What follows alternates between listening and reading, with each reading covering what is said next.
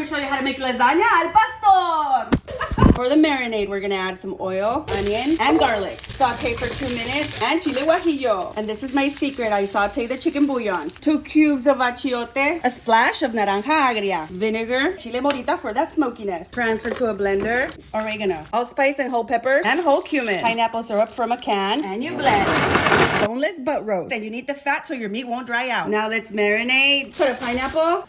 For our base, pineapple. Stack your steaks and top it off with another pineapple. Put in the oven and bake for 2 hours. This is ready. Let it rest for 7 minutes. We're gonna use a leftover sauce and add 2 tomatoes, more oregano, and more chicken bouillon. Crema. Cilantro. Now you mix. It's kind of like an aioli. Chile güero. Now let's slice. Oh, that's looking good. Let's char a pineapple. 1 minute and you flip. Pineapple's ready. Now it's time to assemble. First layer, some of that adobo sauce. Ready to bake lasagna sheets. More sauce. The al pastor meat. Add some crema, some cheese, the pineapple, and the chile güero. And repeat your layers. I can't wait to try this. Beautiful! Some cilantro. Make a little house with foil paper, but don't touch the cheese. Bake for 20 minutes at 350 degrees. Halfway through, we're gonna uncover and bake for another 15 minutes. Oh my God, look at those layers. Y listo! And enjoy.